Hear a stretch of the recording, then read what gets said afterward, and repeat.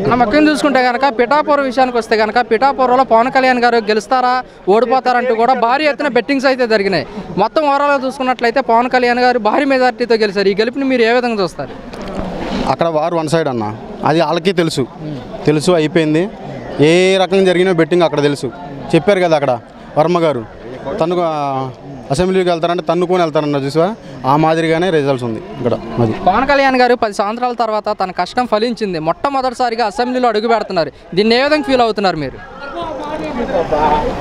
పవన్ కళ్యాణ్ గారు 10 సంవత్సరాల పార్టీ ఒక సింగిల్ ఎమ్మెల్యే లేకుండా ఎంపీ లేకుండా నడిపారంటే మనం అర్థం చేసుకోవాలి. ఆయన ఎటువంటి నాయకుడు, ఆయన దేనికోసం వచ్చాడు, దేనికోసం ఆయన అంత 10 సంవత్సరాలు అన్ని కష్టాలు పడి అన్ని మాట్లాడినా కానీ వాళ్ళు ఎంత మాట్లాడారో మీకు తెలుసు. ఏది ఫ్యామిలీ గురించి కానీ రాజకీయం మాట్లాడాలా, ఆయన ఎప్పుడూ ఒకటే మాట్లాడతాడు. మీరు రాజకీయం మాట్లాడండి, నేను తప్పు చేస్తే మీరు నిందించండి, మీరు తప్పు చేస్తే నేను నిందిస్తా. అది లేదు వాళ్ళ దగ్గర. వాళ్ళు ఏకాడికి ఇంట్లో భార్యల్ని పిల్లల్ని ఆ రకంగా మాట్లాడి ఏది చేసినా కానీ 10 సంవత్సరాలు నిలబడ్డాడంటే అది మీ ఊహలకి వదిలేస్తున్నది. మరో విషయానికి వస్తే కనుక పిఠాపురంలో పవన్ కళ్యాణ్ గారు గెలుస్తారా ఓడిపోతారంటూ కూడా భారీ ఎత్తుగా అయితే బెట్టింగ్స్ అయితే జరిగినాయి. ఓవరాల్గా చూసుకున్నట్లయితే పిఠాపురంలో పవన్ కళ్యాణ్ గారు భారీ మెజార్టీతో గెలిచారు. దీన్ని ఏ విధంగా చూస్తారు మీరు? ఆయన 2 లక్షల రూపాయలు ఓటుకి 2 లక్షలు, వంగా గీత గారు 2 లక్షలు ఇస్తానన్నా సరే 2 లక్షలు తీసుకుని పవన్ కళ్యాణ్ గారికి వేస్తున్నారు ఏకకట్టంగా ఓటు ప్రజలందరూనండి. ఆ తీర్పు ఇచ్చారు కానీ గుణపాఠంగా. ఇప్పుడు ఏమంటుంది వంగా గీత గారు, నేను ప్రజల్లో అందుబాటులో ఉంటాను. నేను ఆయన పవన్ కళ్యాణ్ గారు అయితే ఈఏపీ గేట్ ఆయన ఉండలేరు, మాకు దొరకరని ప్రజల్లో ఒక ఉదాంత పెడుతుంది. ఇప్పుడు ఆవిడ ఏమి ఉండదండి. పవన్ కళ్యాణ్ గారు అందరికి అందుబాటులో ఉంటారు. అక్కడ వరం గారు కూడా ఆయన కూడా చూసుకుంటారండి. చూసుకుని ప్రజలకు ఏ ఇబ్బంది లేకుండా మంచి పాలన ఇచ్చి ప్రజల భవిష్యత్తు కోసం అది మాకు ఆ నమ్మకం ఉందండి. కళ్యాణ్ గారు మా ఊళ్ళోనే నిలబడ్డారు. 2 దిక్కులు ఓడిపోయారు అని అన్నారు. గెలిచి అతను గొప్పతనం ఏదో నిరూపించుకున్నారు. ముందు ఇంకా ఎన్నెన్నో మంచి పనులు చేస్తారు. ఇప్పుడు మన మోరీ గారు కూడా అన్నారు. మోరీ గారు కూడా ఎప్పుడో 500 సంవత్సరాల క్రితం ఉన్న రాముడిని పైకి తీసుకొచ్చి గుడి కట్టించారు. చంద్రబాబు నాయుడు గారు ఉన్నారు 20 సంవత్సరాలు ఆయన వచ్చి అన్నారు పరిపాలనలోకి. ఆయన ఉన్న ప్రతి ఆడపడుతులు, ప్రతి సోదరు, ప్రతి బ్రదర్స్ అందరూ బతుకులు బాగుపడతాయి. ఐటీ కాలేజీలు మన దేశానికి వస్తాయి. పవన్ కళ్యాణ్ గారు మనకు సింహం కింద లెక్క. ఆయన మామూలు సింహం కాదు, టైగర్ సింహం. ఆయన తలుచుకున్నారంటే ఏదైనా సాధించగలరు. పవన్ కళ్యాణ్ ఉన్న టాలెంట్ అది. అతను ఎంతో డబ్బు ధనం ఉన్నా ఆ డబ్బు ధనం పేదలకు పంచిపెట్టారు. పేదల కోసం కృషి పట్టుదల చేశారు. నరేంద్ర మోడీ గారు గన్న పేరింతే బుల్లెట్ గన్నమ్మో చంద్రబాబు నాయుడు గారు, అందులో బుల్లెట్ మన పవర్ స్టార్ పవన్ కళ్యాణ్ గారు. ఆయన తలుచుకుంటే సాధించాలని ఏది ఉండదు. పిఠాపురంలో పవన్ కళ్యాణ్ గారు గెలుస్తారని భారీగా అయితే బెట్టింగ్స్ వేశారు. ఓవరాల్ గా చూసుకున్నట్లయితే పిఠాపురంలో పవన్ కళ్యాణ్ గారు భారీ మెజార్టీతో గెలిచారు. ఈ గెలుపుని మీరు ఏ విధంగా చూస్తారు? ఈ గెలుపు పవన్ కళ్యాణ్ గారు గెలుస్తారని నాకు ముందే తెలుసు. ముందు కూడా నేను మీడియాలో మాట్లాడాను. పవన్ కళ్యాణ్ గారు గెలుస్తారని ముందు కూడా నేను మీడియాలో మాట్లాడని గెలిచారు. పవన్ కళ్యాణ్ గారు నెగ్గాల, చంద్రబాబు నాయుడు నెగ్గాలి. 3 కోటి దేవతలు దండం పెట్టుకున్నాను నేను. ఒక దేవతకి 2 దేవతలు, 3 కోటి దేవతలకి. ఇప్పుడు నాగబాబు గారు అన్నారు. ఎంతో మందికి కుస్తీ పట్టుదలతో నాగబాబు గారు సాధించి జబర్దస్త్ ప్రోగ్రాం పెట్టి ఎన్నో వేల మందికి నాగబాబు గారు భోజనం పెట్టారు. పవన్ కళ్యాణ్ గారు కూడా సినిమా ద్వారా ఎన్నో రకాలుగా రైతులకి ఏంటి, రుణమాకీలు ఏంటి ఎంతో మందికి అతను సొంత డబ్బు ఖర్చు పెట్టి ఏసీలో ఉండడం అనేసి ఎండలో తిరిగి వర్షానికి ఏంటి ఎన్నో అవమానాలు పడి ప్రజల కోసం కుస్తీ పట్టుదలతో పవన్ కళ్యాణ్ గారు సాధించున్నారు. పిఠాపురంలో చూసుకుంటే కనుక పవన్ కళ్యాణ్ గారు గెలుస్తారా గెలవరని భారీగా బెట్టింగ్స్ అయితే జరిగినాయి. ఓవరాల్ గా చూసుకుంటే పవన్ కళ్యాణ్ గారు భారీ మెజార్టీతో గెలిచారు. దీన్ని ఏ విధంగా చూడొచ్చు అంటారు? ఆయన గెలుస్తాడని మేము ఫస్ట్ పిఠాపురంలో నామినేషన్ వేసిన రోజునే మేము ఆయన గెలుపు ఖరారు అయిపోయిందని మేము భావించాం. అలాగే అనుకున్నట్టే జరిగిందండి.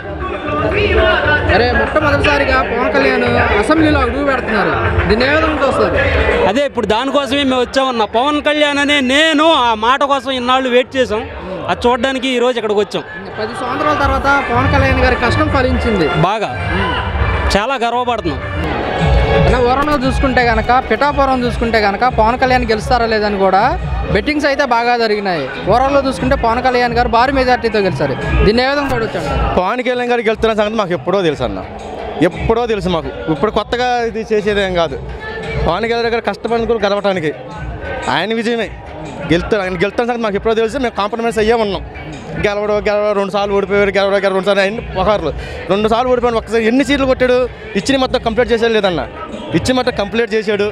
ఆయన యుద్ధాన్ని యుద్ధం సాధించాడు, యుద్ధం కంప్లీట్ చేసి అక్కడ పెట్టాడు. పిఠాపురం గురించి వస్తే నల్లమూలం నుంచి ఆయన నామినేషన్ వేసినప్పుడు చాలా గ్రాండ్గా జరిగింది. ఆ నామినేషన్ ఆ ప్రక్రియలో చూస్తే ఆయనకు వచ్చిన ఓట్లు చాలా గ్రాండ్గా జరిగి వచ్చినాయి.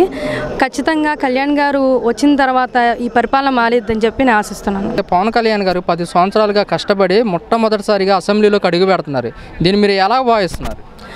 మేము 10 సంవత్సరాలుగా కళ్యాణ్ గారిని చూస్తున్నాము. వైసీపీ వాళ్ళు అవనివ్వండి, ఎవరైనా సరే ఆయన్ని డైరెక్ట్గా ఎట్నుంచి తిట్టాలో తెలియక 3 పెళ్ళిళ్ళు అని చెప్పి చాలా వాళ్ళ పర్సనల్ మ్యాటర్స్ ఇవన్నీ తిట్టారు.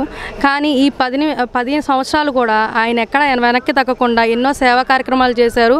రైతుల సమస్యలు ఏమనివ్వండి, ఉద్యాన సమస్యలు ఏమనివ్వండి, ఏదైనా సమస్య వచ్చినా కూడా ఆయన పోరాడారు. అట్లాంటి నేత మాకు ఉండటం చాలా గర్వకారణం. పిఠాపురం విషయానికి వస్తే కనుక పవన్ కళ్యాణ్ గారు గెలుస్తారా లేదని కూడా కొన్ని వేల బెట్టింగ్స్ అయితే జరిగినాయి. ఓవరాల్గా చూసుకుంటే పవన్ కళ్యాణ్ గారు భారీ మెజార్టీతో గెలిచారు. దీన్ని ఏ విధంగా చూస్తారు?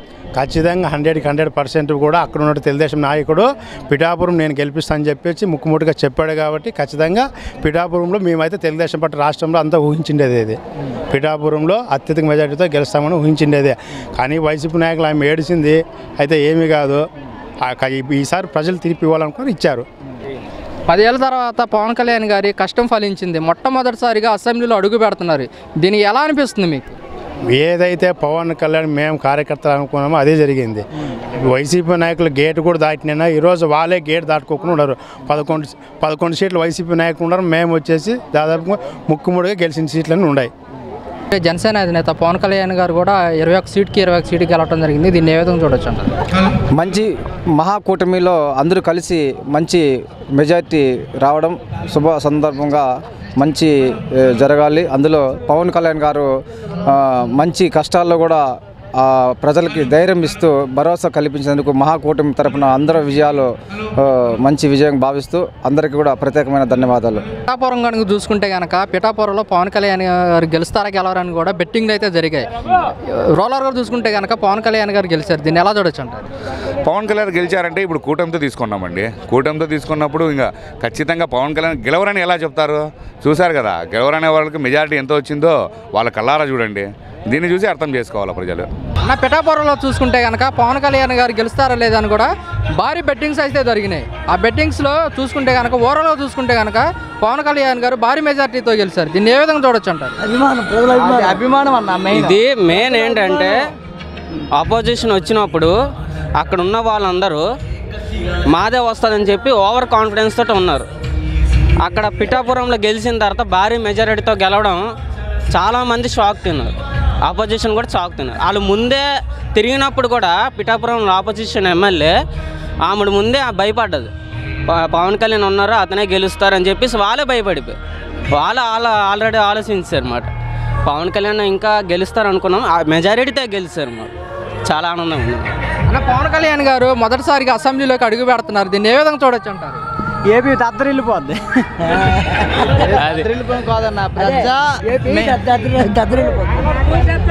ప్రజలు కోరుకున్నది ఏంటంటే మంచి కోల్పోయింది కాబట్టి మంచి చేయాలని ఒక ఆవేదనతో కోరుకుని ప్రజలు ఉన్నారు. ఎందుకంటే పథకాల సమస్య కాదు, పైన కేంద్రం వచ్చింది, ఇక్కడ ఇది వచ్చింది, 2 వచ్చింది. పవన్ కళ్యాణ్ మెయిన్ ఉన్నాడు కాబట్టి ఈ విజయం మాత్రం జనసేనదే మెయిన్. పవన్ కళ్యాణ్ ఏంటంటే మనం సీఎం కాకపోయినప్పుడు కూడా మన సీనియర్ నాయకుడు నారా చంద్రబాబు ఉన్నాడు కాబట్టి అభివృద్ధి సాయం అవుతుంది కాబట్టి మేము తగ్గారు. ఎందుకంటే ప్రజల గురించి తెలుగుదేశం పార్టీ నుండి మన ఆంధ్రప్రదేశ్ ప్రజలు మొత్తం కలిపి మెయిన్ ఏంటంటే మన ప్రజలు మంచి కావాలి. పిఠాపురంలో చూసుకుంటే కనుక పిఠాపురంలో పవన్ కళ్యాణ్ గారు గెలుస్తారా లేదని చెప్పేసి కూడా బెట్టింగ్లు అయితే బాగా జరిగినాయి. ఓవరాల్గా చూసుకుంటే కనుక పవన్ కళ్యాణ్ గారు భారీ మెజార్టీతో గెలిచారు. ఏ విధంగా చూడొచ్చు? ఇంకా ఆయనకి తిరిగిలేదు.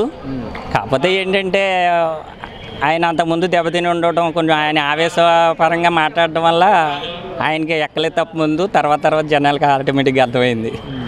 అన్న మీరు పవన్ కళ్యాణ్ అభిమానిగా ఉన్నారు కదా, ఇప్పుడు పవన్ కళ్యాణ్ గారు మొదటిసారిగా అసెంబ్లీలోకి అడుగు పెడుతున్నారు. ఎలా చూస్తారు దీన్ని? ఆ ఆనందానికి నేను పాలకొల నుంచి వచ్చాను. మా మిస్సెస్ నేను బండి వేసుకుని కారు వేసుకొచ్చి కూడా కారుకి వెళ్ళవట్లేదు అన్నారని నేను బండి వేసుకుని వచ్చినాను. మా మిస్సెస్ బండి నా పవన్ కళ్యాణ్ గారిది 10 సంవత్సరాల తర్వాత కష్టం ఫలించింది. ఎలా చూస్తున్నారు మీ ఫ్యాన్స్? అసలు అందుకే కదా చెప్తున్నాను, నేను ఎక్కడి నుంచో 100-150 కిలోమీటర్ల నుంచి బండి వేసుకుని వచ్చానని చెప్తున్నాను కదా. పోలీసులు సెక్యూరిటీ ఉంటే కూడా వాళ్ళని తప్పించుకుని కింద మీద పడి అడ్డ రూట్లో వచ్చాను.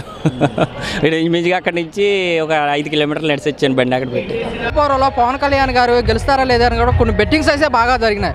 ఓవరాల్గా చూసుకున్నట్లయితే పవన్ కళ్యాణ్ గారు భారీ మెజార్టీతో గెలిచారు. దీన్ని ఏ విధంగా చూడొచ్చు?